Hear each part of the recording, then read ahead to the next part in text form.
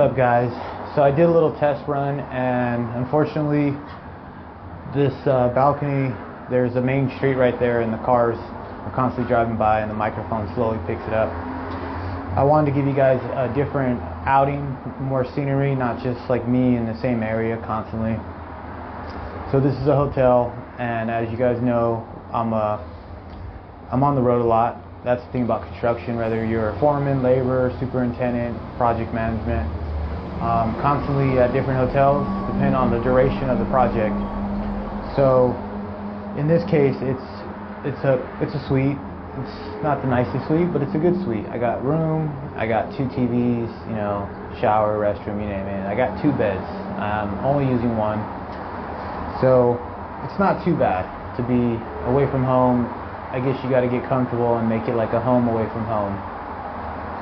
So the thing about staying on the road is you got to get used to packing everything you need, and you can't get homesick. And if you guys aren't into that, then construction's not for you.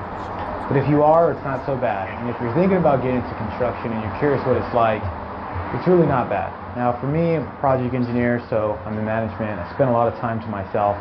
A lot of guys, like other projects we have, the crew, they stay together, so you're never really lonely. And the bigger the crew, the more guys you have to hang out with and so forth. So I got a few topics, nothing too wild.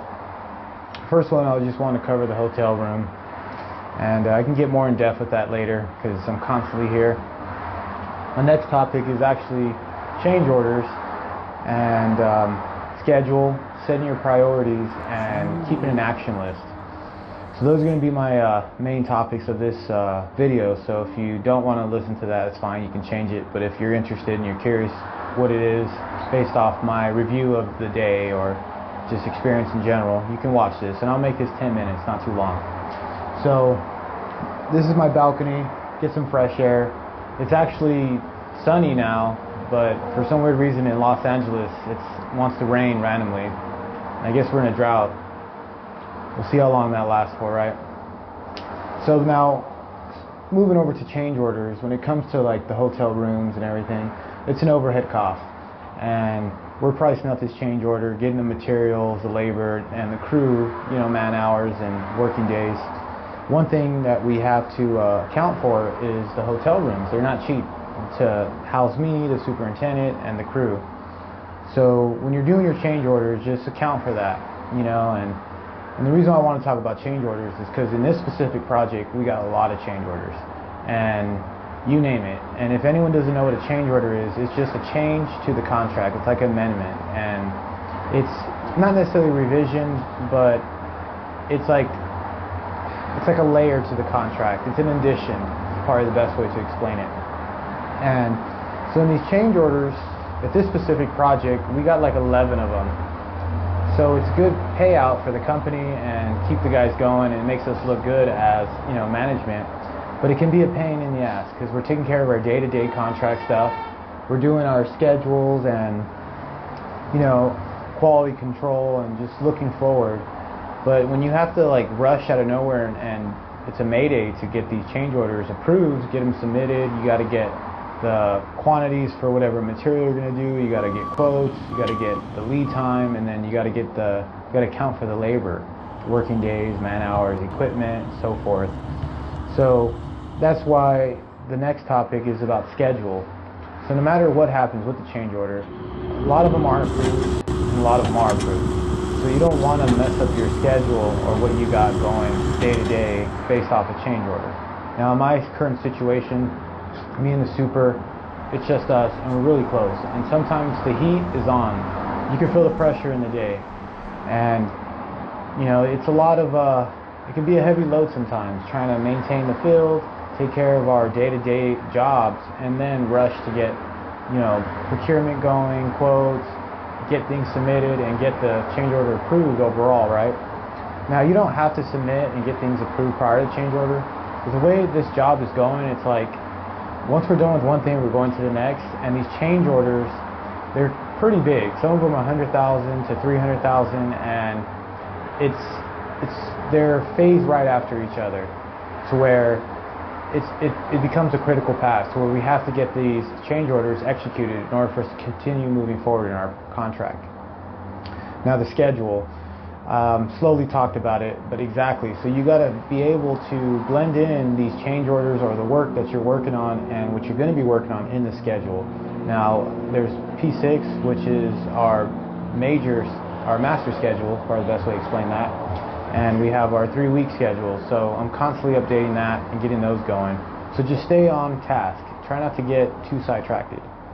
My next thing is going to be priorities, and the priorities, action list, and schedule all go together.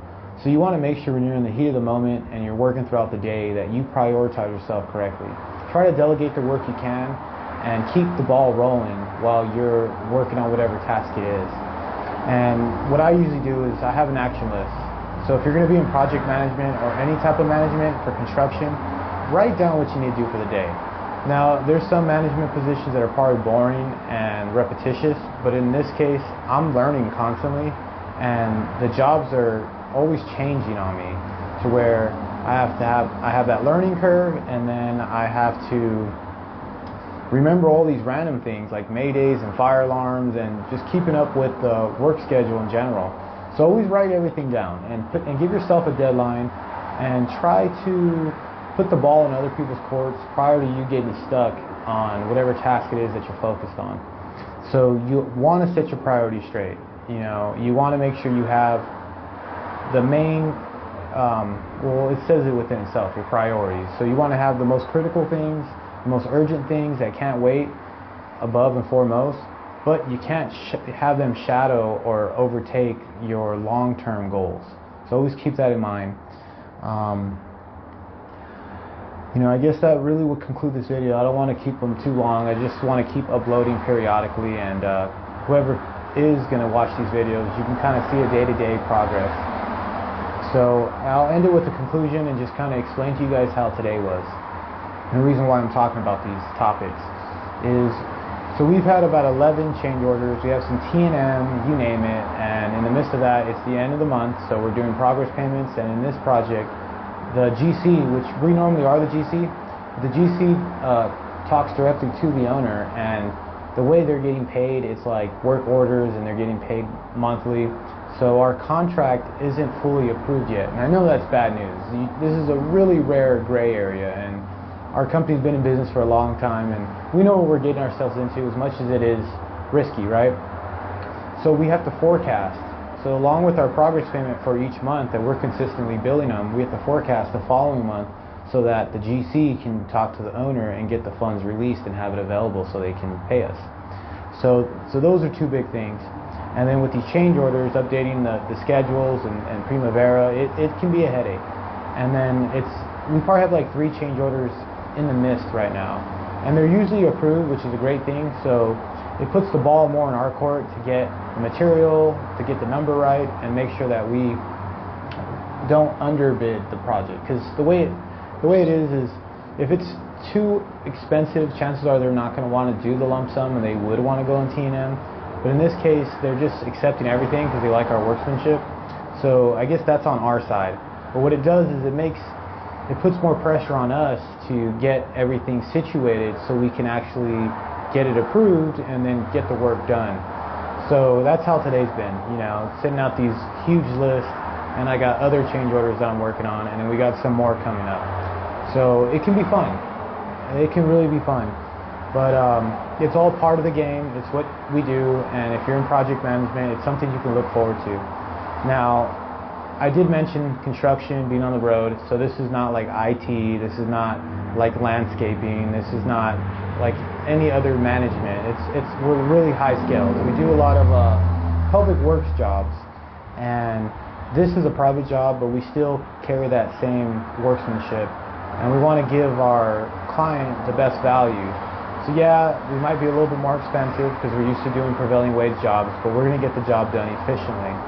And with that being said, it puts more pressure on us, more workload. So thank you guys for your time. I appreciate it. If you guys have any comments, feel free to like it. We're trying to give some type of value to whoever is viewing this, whether it be relatives, outsiders, a random person. Maybe you're curious how it is to be in project management in construction, heavy civil construction at that. It's pretty fun. It's always, at the end of the day, it always makes it worthwhile knowing that you accomplished your tasks. And yes, there are some things that are going to fall into the next day, but if you're constantly on the grind, you're constantly hustling, you don't have to worry too much about things biting you later on. So just always remember that. Do your best, show up, and at the end of the day, leave work at work. Okay guys, I'm out. Take care.